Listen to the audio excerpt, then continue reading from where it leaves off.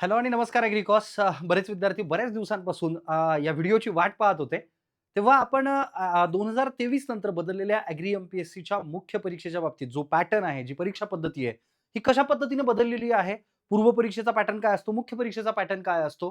कशा पद्धतीने final selection होतं ॲग्री एम-पी-एस-सीच्या बाबतीत किंवा राज्यसेवेमध्ये गेल्यानंतर याच्यामध्ये काय मोठे बदल झालेले आहेत परीक्षा पद्धतीमध्ये? त्या सगळ्याच गोष्टी सध्या जे ग्रॅज्युएशन करणारे विद्यार्थी आहेत किंवा ग्रॅज्युएशन झाल्यानंतरचे काही विद्यार्थी आहेत, या सगळ्याच विद्यार्थ्यांसाठी माहितीपूर्वक असलेला हा इत्थंभूत व्हिडिओ.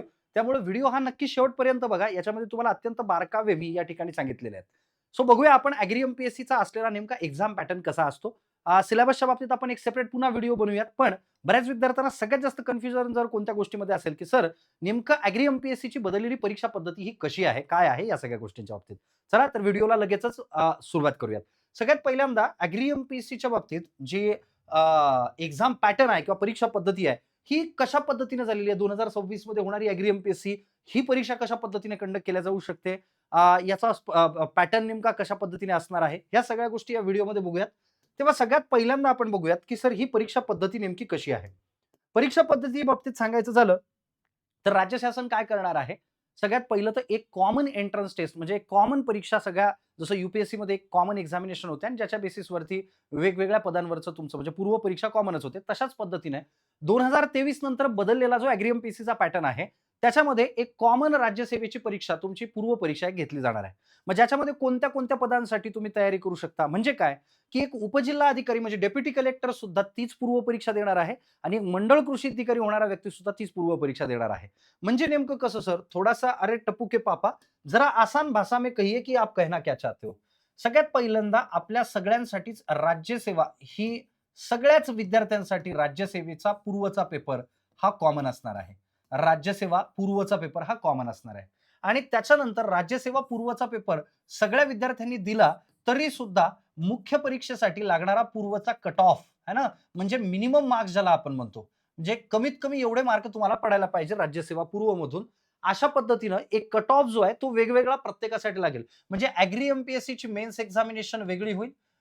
फॉरेस्ट एम-पी-एस-सीची मेन्स एक्झामिनेशन वेगळी दिसेल. राज्यसेवेची मुख्य परीक्षा तुम्हाला वेगळ्या पद्धतीने दिसेल.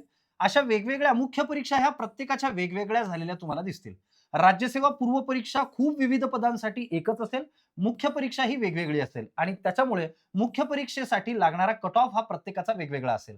म्हणजे उदाहरण आपण जर समजा कन्सिडर करायचं झालं, तर लेट्स से की राज्यसेवा सपोज 100 मार्काची आहे. उदाहरण सांगतोय मी तुम्हाला. उदाहरण सांगतोय. इथे जर सपोज तुम्हाला एक 32 मार्क्स पडले म्हणजे तरी तुम्ही क्वालिफाय आहात. इथे समजा 36 मार्क्स पडायला पाहिजे तेव्हा क्वालिफाय आहात. इथे तुम्हाला 42 मार्क्स पाहिजे तेव्हा तुम्ही क्वालिफाय आहात. म्हणजे एक उदाहरण मी सांगतोय तुम्हाला, की प्रत्येकाचा वेगवेगळा कट ऑफ हा तुम्हाला या ठिकाणी दिसेल. राज्यसेवा पूर्व परीक्षा ही सर्वांसाठी कॉमन होईल. मग कोणाकोणासाठी नेमकी ही कॉमन होईल सर? जसं आपण पाहू शकतो, की राज्यसेवेचे असलेले जे मुख्य घटक आहेत, याच्यामध्ये डेप्युटी कलेक्टर आहे, त्याच्यानंतर डी-वाय-एस-पी आहे, त्याच्यानंतर तहसीलदार आहे, सी-टी-ओ चीफ ट्रेझरी ऑफिसर आहे, बी-डी-ओ आहे, नायब तहसीलदार आहे, असिस्टंट कमिशनर आहे, ॲडमिनिस्ट्रेटिव्ह ऑफिसर ज्याला आपण म्हणतो. या सगळ्यांची परीक्षा राज्यसेवा पूर्व. याच्यासोबतच हीच परीक्षा जसं आपण पाहिलं, की तालुका ॲग्रीकल्चर ऑफिसर म्हणजे तालुका कृषी अधिकारी होण्यासाठी सुद्धा, त्याच्यानंतर कृषी उपसंचालक होण्यासाठी सुद्धा, मंडळ कृषी अधिकारी होण्यासाठी सुद्धा तीच पूर्व परीक्षा द्यावी लागणार आहे. सोबत जसं उदाहरणार्थ फॉरेस्ट एम-पी-एस-सी मध्ये आर-एफ-ओ रेंजर फॉरेस्ट ऑफिसर असेल किंवा असिस्टंट कन्झर्वेशन ऑफ फॉरेस्ट असेल, त्यासाठी सुद्धा त्यांना सुद्धा तीच पूर्व परीक्षा द्यावी लागणार आहे. म्हणजे पेपर एकच असणार आहे. राज्यसेवा पूर्व परीक्षेचा एकच पेपर असणार आहे. पण खूप वेगवेगळ्या असलेल्या स्ट्रीममध्ये खूप वेगवेगळ्या क्षेत्रातले विद्यार्थी तो एकच सेम कॉमन पेपर या ठिकाणी तुम्हाला पूर्वला देताना दिसतील. मग त्याच्यामध्ये राज्यसेवेचे हे सगळे घटक आले, कृषीचे हे सर्व घटक आले, फॉरेस्टचे म्हणजे वनसेवेचे हे घटक आले, इंजिनिअरिंग वाले विद्यार्थी जे अभियांत्रिकी सेवा या विद्यार्थ्यांना सुद्धा पूर्व परीक्षा तीच द्यावी लागणार आहे. आरोग्य विभाग, हेल्थ डिपार्टमेंट यांची सुद्धा पूर्व परीक्षा तिथेच होणार आहे. त्याच्यानंतर इतर प्रशासकीय किंवा तांत्रिक ज्या टेक्निकल सर्व्हिसेस आहेत, जसं कोऑपरेटिव्ह डिपार्टमेंट पोस्ट असेल किंवा सोशल वेलफेअर किंवा लेबर वेलफेअर किंवा वुमन चाइल्ड डेव्हलपमेंटच्या ज्या डिपार्टमेंटच्या ज्या पोस्ट असतील, म्हणजे एकंदरीत या सर्व लोकांना मिळून राज्यसेवेचा एक कॉमन पेपर द्यावा लागेल. अहो सर, मग स्पर्धा तर भयंकर वाढेल आपली. नाही, कारण यांचा प्रत्येकाचा कट ऑफ सेपरेट लागेल. म्हणजे या विद्यार्थ्यांची पूर्व परीक्षेची यांची असलेली जी काही स्पर्धा आहे ती फक्त यांच्याच विद्यार्थ्यांसाठी आहे. यांच्यासाठी तयारी करणारे विद्यार्थी, त्यांच्यासाठी राज्यसेवा या ठिकाणी हेच विद्यार्थी त्यांची स्पर्धा असणार आहे. म्हणजे सांगण्याचं तात्पर्य काय, एखादा विद्यार्थी ॲग्री एम-पी-एस-सीचा जर तयारी करत असेल, तर पूर्व परीक्षा जरी कंबाईन तो देत असेल, सगळ्यांसोबत जरी तो देत असेल, तरी त्याला लागणारे गुण किंवा मार्क किंवा त्याच्यासोबत जी स्पर्धा आहे, ती फक्त आणि फक्त कृषीच्या विद्यार्थ्यांसाठी किंवा जी कृषी विभागासाठी तयारी करणारे विद्यार्थी आहेत त्यांच्यासोबतच असेल. म्हणजे परीक्षा किंवा पूर्वचा पेपर जरी एक असला, तरी सुद्धा या ठिकाणी लागणारा प्रत्येकाचा कट ऑफ हा सेपरेट असणार आहे. बरं. मग आता जाऊया थोडंसं पुढं, की सर हे तर आम्हाला कळतंय, पण आता नेमका पॅटर्न काय असतो? परीक्षा कशा पद्धतीने होते? ॲग्री एम-पी-एस-सीची पूर्व परीक्षा. जसं आपण पाहिलं सगळ्यात पहिल्यांदा ॲग्री एम-पी-एस-सी देत असताना पूर्व परीक्षा होईल. पूर्व परीक्षेमध्ये पूर्व परीक्षा ही फक्त क्वालिफाइंग असते. म्हणजे सर आम्हाला नाही समजलं. 3 टप्प्यांमध्ये तुम्हाला कृषी उपसंचालक किंवा तालुका कृषी अधिकारी किंवा मंडळ कृषी अधिकारी व्हायचं असेल, तर 3 टप्पे तुम्हाला पार करावे लागतात. एक पूर्व परीक्षा, दुसरं मुख्य परीक्षा आणि तिसरी असते मुलाखत म्हणजे इंटरव्ह्यू. मग पूर्व परीक्षा तर राज्यसेवाच कंडक्ट करतीये. दुसरी महत्त्वाची गोष्ट म्हणजे काय, की मग सर या पूर्व परीक्षेचे मार्क फायनल सिलेक्शनमध्ये पकडतात का? तर नाही. पूर्व परीक्षा ही फक्त क्वालिफाइंग आहे. एवढे मार्क तुम्हाला पडले, की तुम्ही मेन्ससाठी क्वालिफाय आहात. मग फायनल सिलेक्शन जे होतं ते मेन्सचे मार्क आणि इंटरव्ह्यू यांना एकत्रित करून तुमचं फायनल सिलेक्शन झालेलं तुम्हाला त्या ठिकाणी दिसेल. म्हणजे पूर्व परीक्षा ही फक्त आणि फक्त तुम्हाला क्वालिफाइंग आहे. मग पूर्व परीक्षा ही क्वालिफाइंग स्टेज आहे. मग पूर्व परीक्षा कशी असते सर नेमकी, की म्हणजे लिहावं लागतं का राज्यसेवेमध्ये? तर नाही. पेन पेपर म्हणजे तुम्हाला या ठिकाणी ऑब्जेक्टिव्ह टाइप वस्तुनिष्ठ प्रश्न जे आहेत, ऑब्जेक्टिव्ह टाइप प्रश्न तुम्हाला म्हणजे ए, बी, सी, डी काय ऑप्शन आहेत, है ना? या ठिकाणी तुम्हाला पूर्व परीक्षा या पद्धतीने दिसेल. बरं. आणि या परीक्षांमधून सिलेक्ट झालेले जेही विद्यार्थी आहेत, हे फक्त आणि फक्त कुठे जातील? मेन्सला जातील आणि त्याच्यानंतर पूर्व परीक्षेचा संबंध संपला. म्हणजे फायनल सिलेक्शनच्या वेळेस पूर्व परीक्षेचे मार्क्स कन्सिडर केल्या जात नाहीत. पुन्हा एकदा सांगतोय, राज्यसेवा ही आपल्याला दिसेल या सगळ्या अभियांत्रिकी, कृषी, वनसेवा या सगळ्या लोकांसाठी एक कॉमन परीक्षा घेतली जाईल. ती राज्यसेवेची पूर्व परीक्षा असेल. प्रत्येकाचा आपापला वेगवेगळा कट ऑफ लागेल आणि त्यानुसार मग हे विद्यार्थी मुख्य परीक्षेला पात्र ठरतील. पूर्व परीक्षेचा इथपर्यंत असलेला प्रवास संपतो. पूर्व परीक्षा ही फायनल सिलेक्शनमध्ये त्याचा स्कोर कन्सिडर केला जात नाही. आता मुख्य परीक्षा होते. आता मुख्य परीक्षा जी आहे आपण पर्टिक्युलरली ॲग्री एम-पी-एस-सी बाबतीत पाहतोय. म्हणून मुख्य परीक्षा ही डिस्क्रिप्टिव्ह वर्णनात्मक आपल्याला दिसेल. म्हणजे लिहावं लागेल आपल्याला. त्याच्यानंतर याच्यामध्ये जे विद्यार्थी सिलेक्ट होतात, बरोबर आहे का? ते विद्यार्थी पुढे इंटरव्ह्यूसाठी क्वालिफाय होतात, की ज्यांना मेन्सचा कट ऑफ ज्यांचा निघालाय, ते विद्यार्थी इंटरव्ह्यूसाठी क्वालिफाय होतात. म्हणजे मुख्य परीक्षा ही आपल्याला डिस्क्रिप्टिव्ह असणार आहे. बरं. मग त्याच्यानंतर विद्यार्थी कुठे शॉर्ट लिस्ट होतो इंटरव्ह्यूसाठी आणि इंटरव्ह्यू दिल्यानंतर मुख्यचे मार्क आणि इंटरव्ह्यूचे मार्क या दोघांचे मार्क कन्सिडर करून मग त्याचं फायनल सिलेक्शन होतं आणि त्याच्यावरून डिटरमाइन किंवा डिटेक्ट केलं जातं किंवा त्याच्यावरून ठरवलं जातं, की या विद्यार्थ्याला नेमकी कोणती पोस्ट द्यायची आहे. मग आता ते डिपेंड करतं. त्या वर्षीच्या ॲडव्हर्टाइजमेंटमध्ये कृषी उपसंचालक या पदासाठी जागा आहेत का? नसतील तर नायब सॉरी आपल्या मंडळ कृषी अधिकारीच्या जागा आहेत का? किंवा त्याच्यामध्ये आपण पाहिलं तर तालुका कृषी अधिकारीच्या जागा आहेत का? तर ज्या जागा असतील त्याच्या मेरिटनुसार त्याचं फायनल सिलेक्शन होतं.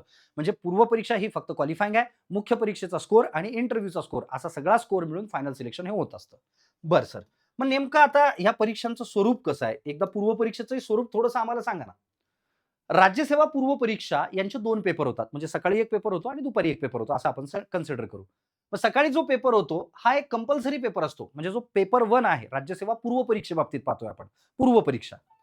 मग राज्यसेवा पूर्व परीक्षेमध्ये जर आपण पाहिलं तर पेपर 1 हा सगळ्यांसाठी कंपल्सरी असतो. तो द्यावाच लागतो. आणि पेपर 2 जो आहे हा फक्त क्वालिफाइंग असतो. क्वालिफाइंग म्हणजे तुम्हाला पास करावं लागतं त्याच्यामध्ये. मग पेपर 1 कंपल्सरी त्याला 200 मार्क ड्युरेशन 2 तासांचं असतं. सकाळी असतो. मराठी आणि इंग्लिश या मीडियममध्ये होतो तो. स्टँडर्ड पदवी तुम्हाला डिग्री या ठिकाणी लागेल. क्वेश्चन हे बहुपर्यायी म्हणजे मल्टिपल चॉईस क्वेश्चन एम-सी-क्यू टाइपमध्ये याची पूर्व परीक्षा होते. निगेटिव्ह मार्किंग आहे का? तर हो, पूर्व परीक्षेला निगेटिव्ह मार्किंग आहे. बरं. त्याच्यानंतर इकडे येऊया थोडंसं पेपर 2 जो आहे, ज्याला क्वालिफाइंग नेचरमध्ये आहे, ज्याला आपण सी-सॅट म्हणतो. मग सी-सॅटमध्ये आपण पाहूयात, याच्यामध्ये सुद्धा 200 मार्क जवळपास 2 तासाचा हा पेपर होतो दुपारून. त्याच्यानंतर हा पेपर कोणतेही ग्रॅज्युएट्स म्हणजे एनी ग्रॅज्युएट हे देऊ शकतात. मग स्टँडर्ड 1 ते म्हणजे पदवीस्तर बरोबर आहे का? म्हणजे पदवी स्तरावरती पाहिजे किंवा जे काही घटक असतील त्याच्यामध्ये 6वी, 7वी, 8वी या सगळ्याच लेव्हलचे किंवा 12वीचा स्तर या ठिकाणी या लेव्हलचे प्रश्न तुम्हाला विचारले जातात. इथे सुद्धा वस्तुनिष्ठ आणि बहुपर्याय म्हणजे मल्टिपल चॉईस क्वेश्चन्स तुम्हाला विचारले जातात. मग आता याच्यात मात्र एक अट आहे. याच्यात सॉरी याचा स्कोर तुमचा फक्त आणि फक्त हा मिनिमम स्कोर हा 33% असावा. म्हणजे काय 200 मार्कांचा पेपर असतो. त्याच्यापैकी तुम्हाला 66 मार्क पडलेत, मिनिमम 66 मार्क, तरी तुम्ही क्वालिफाय आहात. म्हणजे 200 पैकी एखाद्या विद्यार्थ्याला 100 पडले, 200 पैकी एखाद्याला 66 पडले, एखाद्याला 67 पडले. तर हे सर्व विद्यार्थ्यांनी फक्त हा पेपर क्वालिफाय केला म्हणून घोषित केलं जातं. म्हणजे काय? राज्यसेवा पूर्व परीक्षेमध्ये 2 पेपर असतात. एक पेपर सकाळून, एक पेपर दुपारून. सकाळचा पेपर हा सगळ्यांना द्यावा लागतो. त्याच्या स्कोरच्या बेसिसवरतीच ठरतं, की मुख्य परीक्षेला तुम्ही जाणार आहेत किंवा नाही. मग सर पेपर दुसरा जो दुपारून दिला जातो तो. मग तो पेपरवरती फक्त तो पेपर तुम्हाला त्या पेपरमध्ये तुम्हाला 33% अर्थात 200 पैकी 66 मार्क एवढेच तुम्हाला घ्यावे लागतात. तुम्हाला 67 मार्क जरी पडलेत तरी सुद्धा चालतात कारण हा पेपर क्वालिफाईंग आहे. हा पेपर कसा बेटा? क्वालिफाईंग आहे. दुसरी महत्त्वाची गोष्ट, सर याच्यामध्ये काही अजून गोष्टी महत्त्वाच्या असतात का? हो असतात. जसं प्रत्येक चुकीच्या उत्तरासाठी 1/4 म्हणजे -1/4 मार्क म्हणजे 25% ची पेनॉल्टी तुम्हाला दिली जाते. त्याच्यानंतर एकापेक्षा अधिक उत्तरं जर मी क्लिक केलं तर, सर जर समजा ही मार्क लिस्ट ती शीट आहे ना, OMR शीट आहे. मी Aलाही क्लिक केलं आणि Bलाही क्लिक केलं, तरी सुद्धा निगेटिव्ह मार्किंग तुम्हाला या ठिकाणी पाहायला मिळेल. एकापेक्षा अधिक उत्तरे चिन्हांकित केल्यास 25% वजा मार्क हे होतात पुन्हा एकदा. म्हणजे 1 मार्काचा प्रश्न असेल तर तुला 0.75च मार्क म्हणजे तुला मार्क जे आहेत एका चुकीच्या प्रश्नासाठी 0.25 मार्क तुझे निगेटिव्ह होतील, मायनस होतील बेटा लक्षात ठेवा. बरं. सर आम्हाला हे कळालं एकदा. पुन्हा याला सॉर्ट करून, सेग्रिगेट करून एकदा पुन्हा आम्हाला सांगा. बघा. सॉर्ट करून, सेग्रिगेट करून सांगण्याचं तात्पर्य एवढं, राज्यसेवा सर्वांसाठी कॉमन असेल. राज्यसेवा ही परीक्षा सर्वांसाठी कॉमन असेल.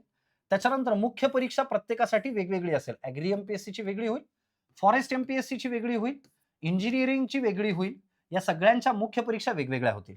राज्यसेवा पूर्व परीक्षेमध्ये आम्हाला या ठिकाणी 2 पेपर दिसतात. पेपर 1 जो कंपल्सरी असतो आणि या पेपर 1च्या आधारावरच ठरतं, की मुख्य परीक्षेला तुम्ही पात्र होणार आहेत की नाही. पेपर 2 जो आहे, हा पेपर 2 मात्र फक्त क्वालिफाईंग असतो. या पेपर 2 मध्ये तुम्हाला जनरली असतं ते म्हणजे सीसॅट. सीसॅट म्हणजे काय सिलेबस सर? पुढे पाहूयात आपण. मग पेपर 2 मध्ये तुम्हाला 200 पैकी किमान 66% मार्क्स पडावेत. अर्थातच काय 33% म्हणजे 33% मार्क तुम्हाला पडले, की हा पेपर फक्त तुम्ही क्वालिफाय करता कारण हा पेपर फक्त क्वालिफाईंग आहे. हा पेपर क्वालिफाय झालात, पेपर 1च्या आधारावरती मेरिट काढलं जातं आणि याच्या आधारावरती तुमची मुख्य परीक्षेकडे सिलेक्शन तुमचं होत असतं. पुन्हा ही परीक्षा पूर्णच्या पूर्ण फक्त आणि फक्त मुख्य परीक्षेकडे तुम्हाला घेऊन जाते. याचे मार्क फायनल सिलेक्शनमध्ये कन्सिडर केल्या जात नाहीत. बरं सर आता हे तर आम्हाला कळालंय. आता याच्या पुढे नेमकं काय, की सिलेबस कसा असतो? आता पेपरमध्ये तुम्हाला निगेटिव्ह मार्किंग आहे का? तर हो आहे. 100% निगेटिव्ह मार्किंग तुम्हाला या ठिकाणी दिसेल. 0.25 चा फटका म्हणजे 25% निगेटिव्ह मार्किंग तुम्हाला या ठिकाणी दिसेल.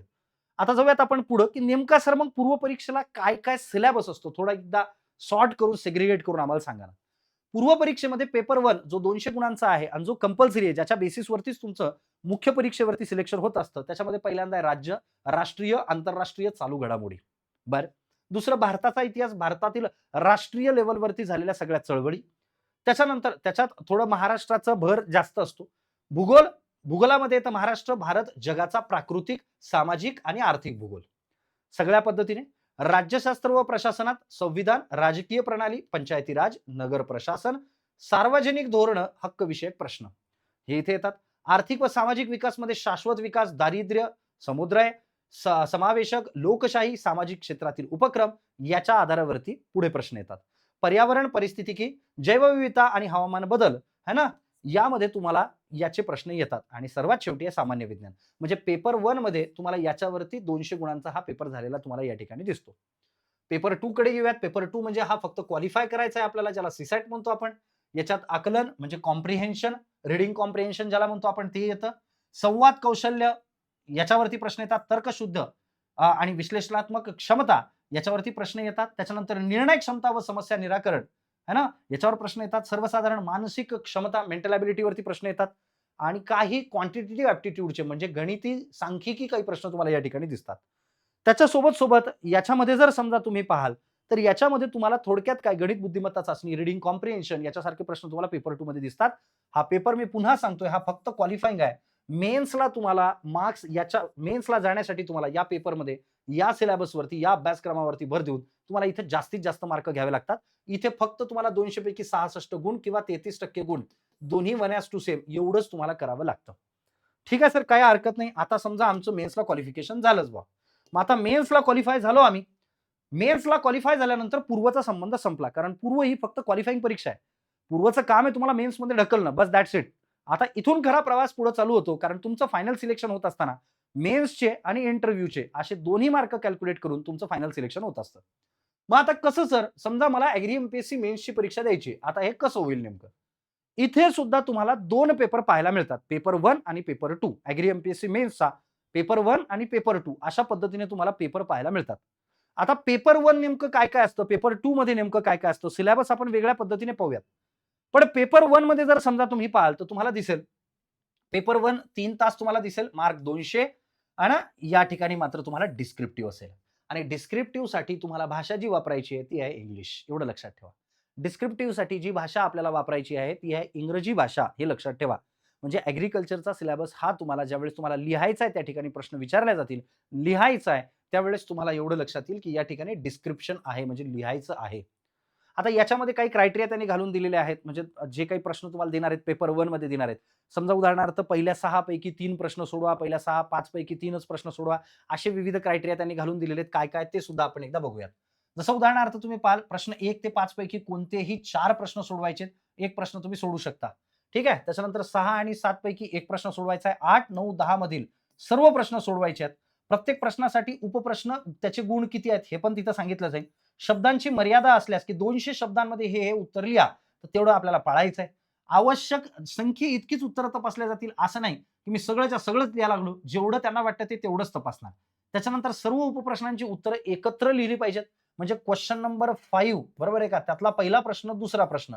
यातला क्वेशन नंबर 5 मधला पहिला प्रश्न इथे लिहिला आणि लगेच मी हे दिलं सोडून. क्वेशन नंबर 6 मधला पहिला इथे लिहिला आणि मग क्वेशन नंबर 5 चा दुसरा इथं, क्वेशन नंबर 6 चा दुसरा इथं असं चालणार नाही. एकाखाली एकच तुम्हाला लिहावं लागेल. त्याच्यानंतर पेपर संपल्यानंतर जेही काही कोरी पृष्ठ असतील, कोरे पेजेस असतील, त्याच्यावर रेषा मारायच्या सेम आपलं जसं सेमिस्टर एंडमध्ये आपण करतो तसंच. त्याच्यानंतर जिथं गरज आहे अशा ठिकाणी आपल्याला आकृत्या काढणं गरजेचं आहे. अशा पद्धतीनं आणि ज्या भाषेमध्ये सांगितलंय त्याच भाषेमध्ये लिहिणं गरजेचं आहे. मग आता सर थोडंसं आम्हाला याच्या बाबतीत पण सांगा की नेमका पेपर कसा असतो बाबा? हे पेपर पॅटर्न दिलेला आहे. क्वेशन नंबर 1 याच्यामध्ये ए, बी, सी असे short questions, 1-2 short question, 1 long question आणि याला जवळपास 25 मार्क अशा पद्धतीनं दिलेलं आहे. आपण मघाशीच पाहिलं होतं, की पेपरमध्ये आपल्याला काय सांगितलं होतं त्यांनी, की पहिल्या 1 ते 5 पैकी कोणतेही 4 प्रश्न सोडवा. कोणतेही 4 प्रश्न. म्हणजे आता प्रश्न नंबर 1 ते 5 पैकी याच्यापैकी कोणतेही 4 प्रश्न या ठिकाणी तुम्ही सोडवू शकता. आलं का लक्षात मी काय सांगतोय ते? क्वेशन नंबर 6 आणि 7 पैकी कोणताही एक प्रश्न तुम्ही सोडवू शकता. अशा पद्धतीने या पेपरचा पॅटर्न तुम्हाला या ठिकाणी दिसेल. म्हणजे तुम्हाला या ठिकाणी उत्तरं लिहायची आहेत. आपण या आजच्या व्हिडिओमध्ये फक्त आणि फक्त हे समजून घेण्याचा प्रयत्न करतोय, की कशा पद्धतीने पेपर येतो. या पद्धतीने पेपर येतो हे आपण समजून घेण्याचा प्रयत्न करतोय. आता पेपर 1 संपल्यानंतर पेपर 2 च्याही बाबतीत जवळपास तसंच आहे. 1 ते 6 पैकी कोणतेही 3 प्रश्न सोडवा, 7 ते 10 पैकी कोणतेही 2 प्रश्न सोडवा, 11 ते 14 मधील सर्व प्रश्न सोडवा, 15 ते 16 पैकी कोणताही एक प्रश्न सोडवा. अशा पद्धतीने तुम्हाला प्रश्न विचारले जातात. सर मग याच्या बाबतीत जर आपण पाहायचं तर लिहिल्यानंतर ते तपासल्या जाईल. तपासल्यानंतर ज्या मॉडेल आन्सर्स आहेत, त्या मॉडेल आन्सर्स पैकी जर तुमचे मुद्दे जे तुम्ही लिहिलेत, त्या मॉडेल आन्सर शीट पैकी जे मुद्दे तुम्हाला इथे लिहिलेत तुम्ही, ते जर मॅच होत असतील, व्यवस्थित वाटत असतील, त्या परीक्षार्थीला व्यवस्थित म्हणजे जे तपासतायत पेपर त्यांना व्यवस्थित वाटत असतील, तर तुम्हाला त्या अनुषंगानं मार्क तिथे दिले जातील. म्हणजे जसा आपण सेमिस्टर एंडचा पेपर लिहितो बेटा, तसाच पेपर या ठिकाणी दिसेल. पण लक्षात ठेवा, जसं पूर्वला 2 पेपर आहेत, पेपर 1, पेपर 2, तसं मुख्यलाही पेपर 1 आणि पेपर 2 असे 2 पेपर तुम्हाला या ठिकाणी दिसतील. ते काय, कसे, कशा पद्धतीनं सिलेबस कोणता, ह्याच्यासाठी तुम्हाला थोडीशी वाट पाहावी लागेल. पुढच्या व्हिडिओमध्ये मी तुम्हाला पूर्ण सगळ्याच गोष्टी त्या मी सांगेन. पण सध्या तुर्तास आपल्याला काय पाहायचं आहे, ॲग्री एमपीएससीचा असलेला पेपर पॅटर्न. बरं. इथे सुद्धा कोरी असलेली जी काही तुम्हाला प्रश्नपत्रिका किंवा जे काही उत्तरपत्रिका जी कोरी दिसेल तुम्हाला त्याच्यावर रेषा मारायच्या आहेत. या सगळ्या गोष्टी तुम्हाला या ठिकाणी करायच्या आहेत. मग पेपर 2 याच पद्धतीने तुम्हाला दिसेल सेम टू सेम. पुन्हा एकदा सर आम्हाला थोडंसं व्यवस्थित सांगाल का, की नेमकं याला कन्क्लूड करून थोडंसं आम्हाला सांगता येईल का? तर हो, एकदम सोप्या भाषेत. सर्वात प्रथम असते ती म्हणजे पूर्व परीक्षा, जी सर्व विद्यार्थ्यांसाठी कॉमन असेल, ज्याला आपण म्हणतो राज्यसेवा. बरोबर? या राज्यसेवेचे 2 पेपर असतात. याच्यामध्ये पेपर 1 आणि पेपर 2. पेपर 2. बरं सर. मग आता पेपर 1 मध्ये काय असतं सर? इतिहास, भूगोल, नागरिकशास्त्र वगैरे या सगळ्या गोष्टी, सामान्य विज्ञान हे पेपर 1 मध्ये आम्हाला दिसतं. ज्याच्या आधारावरतीच तुमचं मुख्य परीक्षेला सिलेक्शन होतं. तर पेपर 2 मध्ये काय असतं? तर याच्यामध्ये असतं सीसॅट, जो पेपर फक्त कसा आहे क्वालिफाइंग 200 प्रश्न असतात. पैकी तुम्हाला 66 मार्क घ्यायचे आहेत कमीत कमी किंवा 33% मार्क्स घ्यायचे आहेत कमीत कमी. निगेटिव्ह मार्किंग असते का सर? तर हो, चुकीच्या उत्तराला तुम्हाला निगेटिव्ह मार्किंग असते. निगेटिव्ह मार्किंग या ठिकाणी असते. बरं.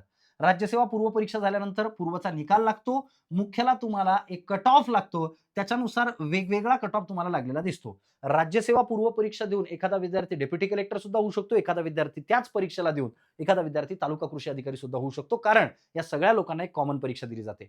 आता मुख्य परीक्षा जर आपण ॲग्री एम-पी-एस-सीचा पर्टिक्युलरली विचार केला, तर ॲग्री एम-पी-एस-सीमध्ये सुद्धा आपल्याला 2 मुख्य परीक्षेला पेपर दिसतील. पेपर 1 है ना आणि इकडे पेपर 2. मग या पेपरमध्ये जर आपण पाहिलं तर हे ऑब्जेक्टिव्ह नाहीये, कारण पूर्व परीक्षा ही कशी आहे बेटा ऑब्जेक्टिव्ह टाइप परीक्षा आहे. ऑब्जेक्टिव्ह है ना, वस्तुनिष्ठ बहुपर्यायी प्रश्न तुम्हाला या ठिकाणी दिसतील, एमसीक्यू दिसतील. मुख्य परीक्षा मात्र तशी नाहीये. मुख्य परीक्षा कशी आहे हो, डिस्क्रिप्टिव्ह आहे.